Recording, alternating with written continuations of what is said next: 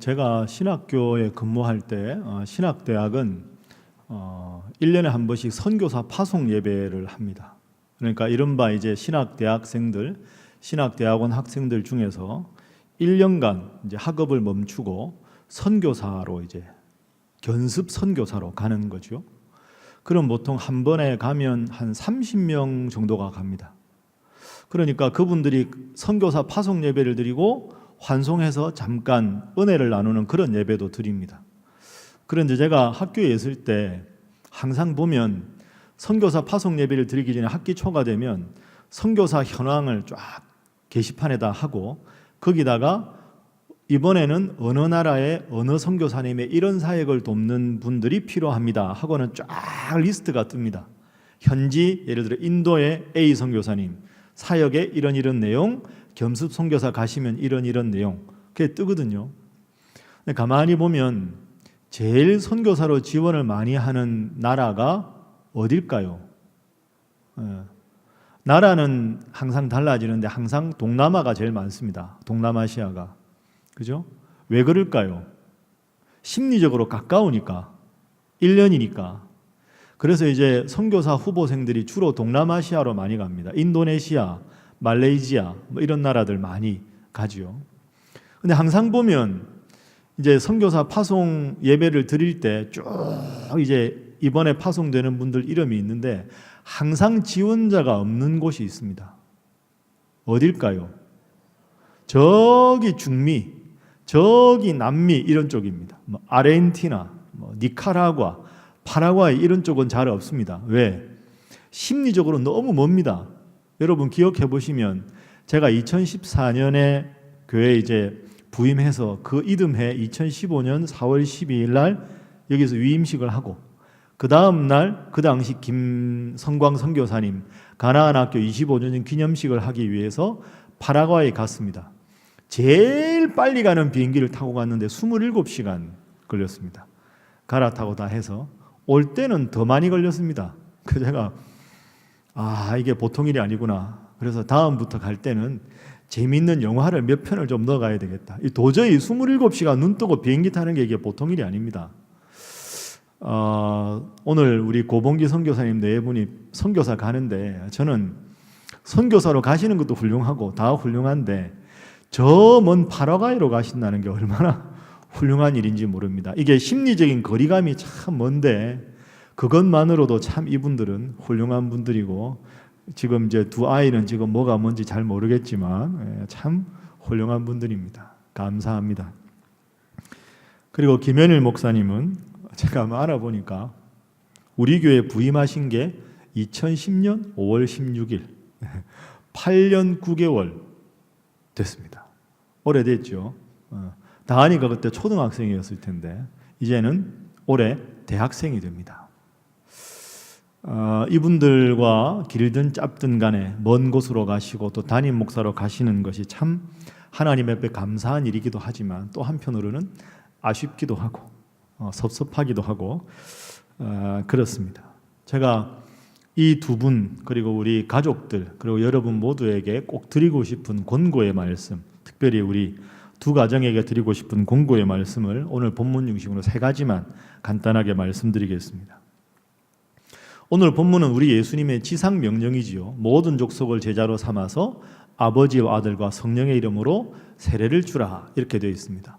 자, 그런데 이제 우리 고봉기 목사님이나 김현일 목사님이 어쨌든 선교를 하러 가도 목회를 하러 가시니까 목회의 목표가 뭘까?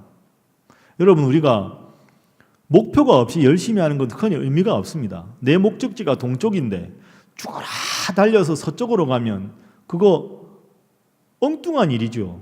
목표를 정확하게 정하고 그 목표를 향해서 달려가야 의미가 있는 거죠. 목회의 목표가 뭘까? 선교의 목표가 뭘까라고 질문하면 오늘 예수님께서 가르쳐 주셨습니다. 제자를 삼아라. 제자를 삼아라. 예수님 제일 중요한 말씀이라 가장 마지막에 이 말씀을 주셨습니다. 우리 함께 한번 읽어보죠. 자, 19절 말씀입니다. 자, 함께 읽습니다. 시작. 그러므로 너희는 가서 모든 민족을 제자로 삼아 아버지와 아들과 성령의 이름으로 세례를 베풀고. 아멘. 제자를 삼아라. 그러니까 목회와 선교의 가장 중요한 목표는 제자를 삼는 것이다. 제가 명절에 이번에 한 지인을 만났는데요. 이분이 청소년부 교사입니다. 청소년부의 비전을 가지고 아이들을 잘 가르치는데요. 이번에 맡은 아이들이 다 어릴 적부터 그 교회를 다녔던 모태신앙입니다. 부모님들이 다 신앙생활 열심히 하는 집안의 아이들인 거죠. 그런데 이제 이 선생님이 평소에 아이들이 교회는 오래 다녔는데 성경에 대해서 너무 잘 모른다.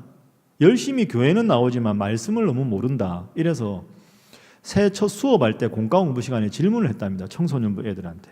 얘들아, 신약 성경이 몇 권인지 아냐? 여러분, 신약이 몇 권입니까? 27권. 이건 그냥 기본적으로 그 다음 질문을 하기 위해서 신약이 몇 권이지? 이렇게 물었습니다. 그런데 중요한 건 신약이 몇 권이지 물었는데 그 반에 아무도 대답을 못 하더라는 거죠. 그러니까 얘네들이 교회에 처음 나온 애들이 아니고요. 전부 중직자 자녀들인데 신약 성경이 몇 권인지를 모르더라는 거죠. 깜짝 놀랐다면서 저한테 그 이야기를 해주었습니다. 오래 교회 다닌 것하고 하나님을 제대로 믿는 것하고는 같은 게 아닙니다. 신앙생활을 오래 한다는 것과 예수님의 제자가 된다는 것은 같은 게 아닌 거죠. 그래서 이제 하나하나 가르치면서 마태복음은 누가 썼니? 가만히 있더래요. 다 알면서 그러지. 마태복음은 마태가 썼어. 자, 다음 질문. 마가복음 누가 썼어? 누가 썼습니까? 마가. 누가복음 누가 썼어? 누가. 요한복음은 요한. 사도행전은 여기서 문제였습니다. 아이들이 마태복음은 마태가 썼어. 마가복음은 마가. 누가복음 누가. 요한복음 요한. 사도행전 사도. 전부 말을 하더라는 거죠. 사도행전은 누가가 썼는데. 그러면서 저한테 그런 이야기 했습니다. 목사님, 가장 중요한 성경을 바로 가르치는 게 중요하고 믿는 집안에서 자라났다, 하나님을 몇 년 믿었다는 게 아니라 정말 말씀을 제대로 읽히는 게 참 중요하다고 생각합니다. 여러분, 그렇습니다. 교인이 몇 명이고 교회 역사가 얼마나 오래되고 신앙생활을 얼마나 오래 한 분들이 많은가가 건강한 교회의 척도가 아니죠. 정말로 하나님 말씀을 읽고 하나님 뜻대로 살아가는 제자가 얼마나 많은가가 하나님 보시는 판단 기준이 아니겠습니까? 그런 의미에서 우리 교회는 건강한 교회, 행복한 성도입니다. 아니, 목사님은 정작 제자 이야기 별로 안 하시잖아요. 이게 좀 되고 나면 할 겁니다.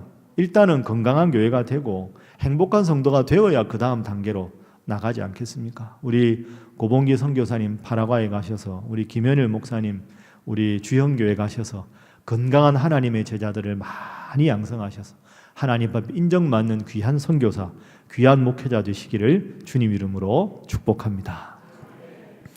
자, 두 번째 교훈입니다. 두 번째로 우리가 생각할 건, 여러분도 한번 따라해 보시죠. 최선을 다하되 사람에게 기대하지 말자.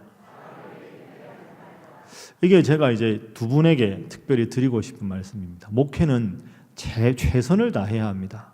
오늘 본문 말씀 보면, 그러므로 너희는 가서 모든 족속을 제자로 삼아서 아버지와 아들과 성령의 이름으로 세례를 주고 내가 너희에게 분부한 모든 것을 가르쳐 지키게 하라, 이렇게 되어 있는데요. 원문을 보면 그렇게 되어 있지 않습니다. 그러므로 너희는 가서 모든 사람에게 나가서 아버지와 아들과 성령의 이름으로 세례를 주고, 이게 먼저 나옵니다. 세례를 주고 내가 너희에게 분부한 모든 것을 가르치고 지키게 하라. 그래서 제자를 삼아라, 이렇게 됩니다. 그러니까 너희는 가서 모든 족속을 제자로 삼아서 세례를 주는 게 아니죠. 여러분, 문법적으로 생각을 해보십시오. 제자가 되는 게 어려울까요? 세례 받는 게 어려울까요? 제자 되는 게 어렵습니다. 그러니까 제자가 되는 게 목표가 되는 것이고, 제자를 만들기 위해서 세례를 주고, 그래서 예수님을 구원자로 받아들이게 하고, 가르치고 가르친 걸 지키게 하고, 그러니까 세례 주고 가르치고 지키게 해서 이런 걸 잘하는 주님의 제자로 삼아라.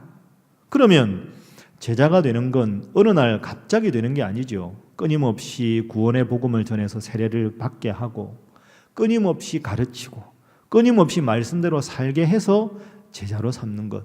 오늘 우리에게 적용해 보면 열심히 최선을 다해서 하나님 주신 목회, 선교에 열심을 다하라, 이런 뜻으로 생각할 수가 있습니다. 가끔 제가 학교 가면 학생들이 저한테 이런 질문을 좀 합니다. 제가 금요일 날 오후에 요즘도 강의하러 가지 않습니까? 목사님, 교수님, 목회하는 게 기쁘세요? 물으면 이제 뭐 기쁜 이야기도 하고 이러는데, 언제가 제일 기쁘세요? 목회하다가 제일 보람이 있을 때가 언젠가요? 이런 질문 많이 받거든요. 목사하면. 목회하다가 제일 기쁠 때가 언제세요?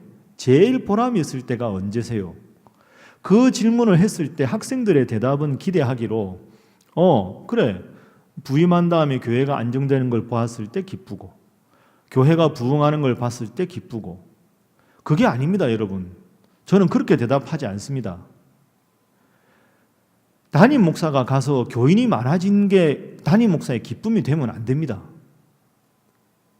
재정이 튼튼해진 게 담임 목사의 기쁨이 되면 안 됩니다. 그거 제가 한 게 아니거든요. 여러분들이 한 거지 제가 한 게 아니고, 더 엄밀하게 나가면 하나님이 하신 거죠. 열매 때문에 기쁜 건 잘못된 겁니다. 그러면 평생 개척교회 열심히 시골에서 하는 분들이 능력이 없어서 그 목회 하시는 게 아니잖아요. 열매 때문에 일희일비하는 게 목사가 아닙니다. 목사의 최고의 기쁨은 나 같은 죄인이 구원받았다는 게 기쁜 일이고, 나같이 부족한 사람이 강단에서 설교할 수 있다는 게 기쁜 일인 거죠. 존재가 기쁜 거지 열매가 기쁜 게 아닙니다. 특별히 우리 고봉기 선교사님이나 김현일 목사님이나 가시면 자꾸 묻는 게 이런 겁니다. 뭐 선교사님 가시고 나서 가나안 학교 애들이 얼마나 늘었나요? 파라과이 사람들이 몇 명이 전도를 받았나요? 교인 수는 늘었나요? 김현일 목사님 가시면 이런 질문 더 많이 받을 겁니다. 이제 원로 목사님 되실 때 그분 때는 몇 명인데 김현일 목사님 오고 교인이 늘었니 안 늘었니, 재정이 어떻게 됐니, 절대로 신경 쓰지 마십시오. 그건 하나님의 선물이지 목사 혼자 하는 게 아닙니다. 아무리 뜨겁게 해도 하나님의 은혜를 안 부어주시면 능력과 관계없이 안 되는 거고요. 정말 부족함을 느끼는데 하나님의 은혜를 부어주시면 교회 성장은 열매로 다가오는 거죠.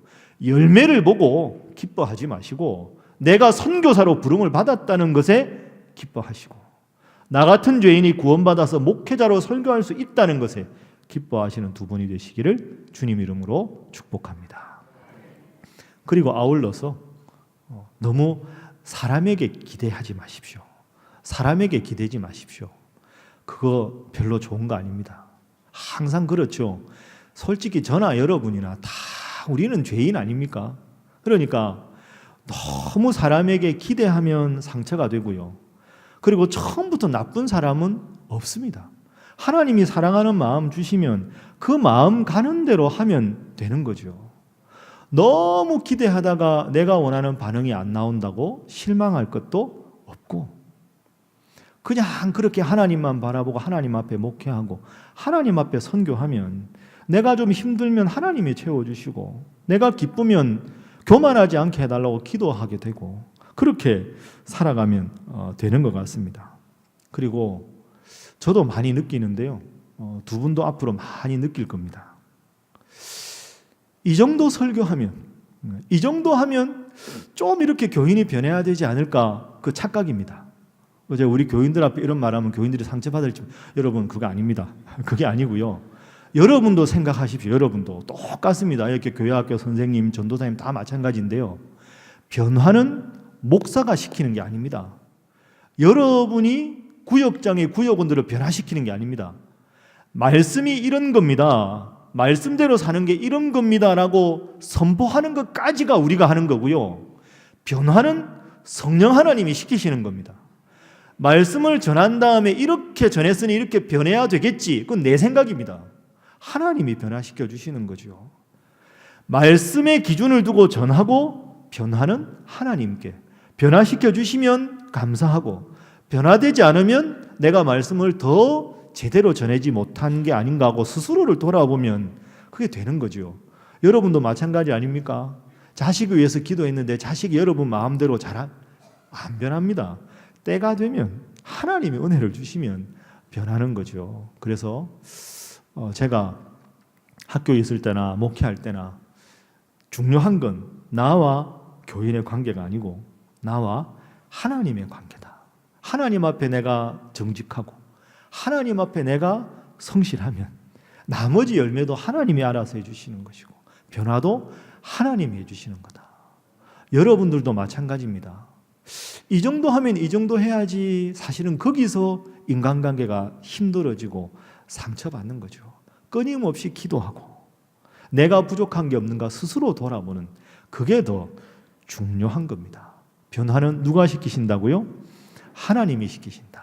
내가 할 일은 말씀을 제대로 선포하고 다른 사람의 변화를 기대하기보다 내가 말씀 위에 바로 서 있는가를 끊임없이 점검하는 것이 중요하다. 이것이 두 번째 교훈입니다.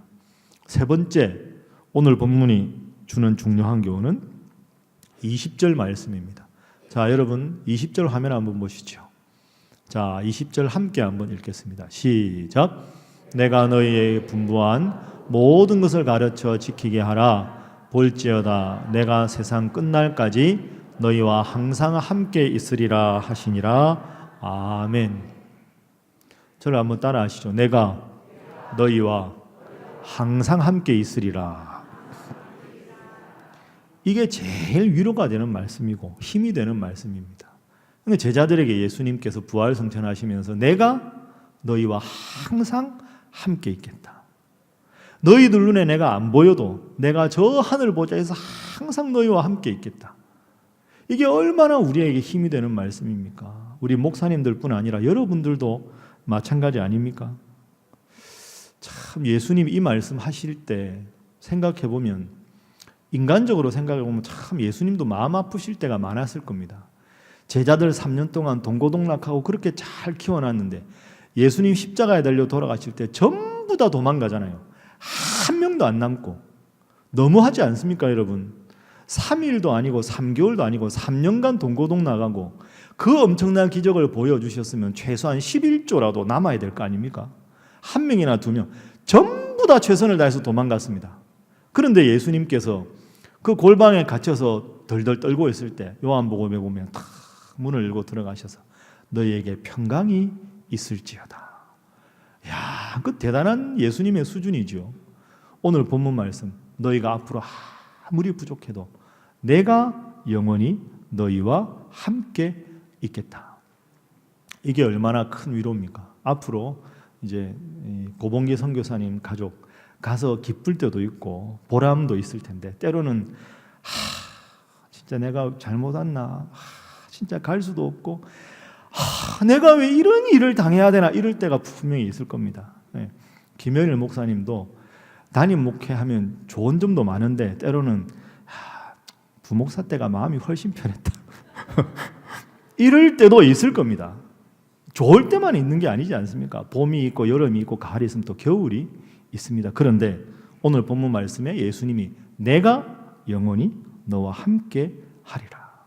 이게 얼마나 좋습니까? 그리고 좀 힘들만 하면 교인들이 또 힘을 줍니다. 이렇게 기도도 해주시고 격려도 해주시고 그렇게 또 목회 한 고비 한 고비를 넘어가는 것 같습니다. 그리고 고봉기 선교사님 네 분이나 김현일 목사님 네 분이나 부부관계 좋으니까 혹시 목회하다가 선교하다가 힘들고 어려우면 그 주 안에 있는 나에게 이제 주님을 찬송하면서 할렐루야 할렐루야 내 앞길 멀고 험해도 나 주님만 따라가리. 그거 그냥 두 분이 부르고 답답한 이야기 서로 다 하고 다른 데 못해도 그렇게 해서 내 앞길이 아무리 때로는 멀고 험해도 내가 영원히 너희와 함께 하리라 하신 우리 예수님 그 약속 붙잡고 믿음 생활 잘 하시고 또 서로 깊이 영적으로 동역자 되시고 또 우리 사랑하는 신일교회가 우리 파라과에 가시는 우리 고봉기 선교사님 가족과 사역을 위해서 또 주영교회 담임 목사라고 하시는 김현일 목사님 사역과 교회와 우리 가정을 위해서 열심히 기도할 테니까 내가 때로 힘들고 어려워도 나를 위해서 기도하고 있는 신일교회 성도들이 계시다. 그리고 더 주님께서 나와 함께 하신다. 이 마음으로 때로 힘들고 어려운 일이 있더라도 잘 이겨내셔서 훌륭한 하나님의 사람들 다 되시기를 주님 이름으로 축복합니다. 기도하겠습니다. 하나님, 제자 삼는 일에 힘쓰게 하시고 최선을 다하게 하되 하나님께 위로받고 사람에게 기대하여 이런저런 마음의 어려움 없게 하시고 또한 늘 주님이 나와 함께 하심을 믿고 나아가는 우리 고봉기 선교사님 가족 그리고 우리 김현일 목사님 가족 다 되게 하여 주옵소서. 하나님, 우리가 함께 이분들을 위해서 기도하고 나아가지만 또 이분들에 있는 보람과 기쁨, 때로 닥치는 좌절과 어려움을 잘 알지 못하오나 그러나 하나님, 우리가 기도의 동역자로 이분들과 함께 동역하게 하시고 의인의 간구는 역사하는 힘이 많다 하셨으니 간절히 기도하여 이분들의 선교가 이분들의 목회가 더욱더 주님께 영광 돌리는 귀한 선교, 귀한 목회 되게 하여 주옵소서. 구하지 않은 모든 세세한 것까지 은혜 가운데 좋은 것으로 이분들의 앞길을 주관하시고 지키시고 역사하여 주옵소서. 예수님의 이름으로 기도하옵나이다. 아멘.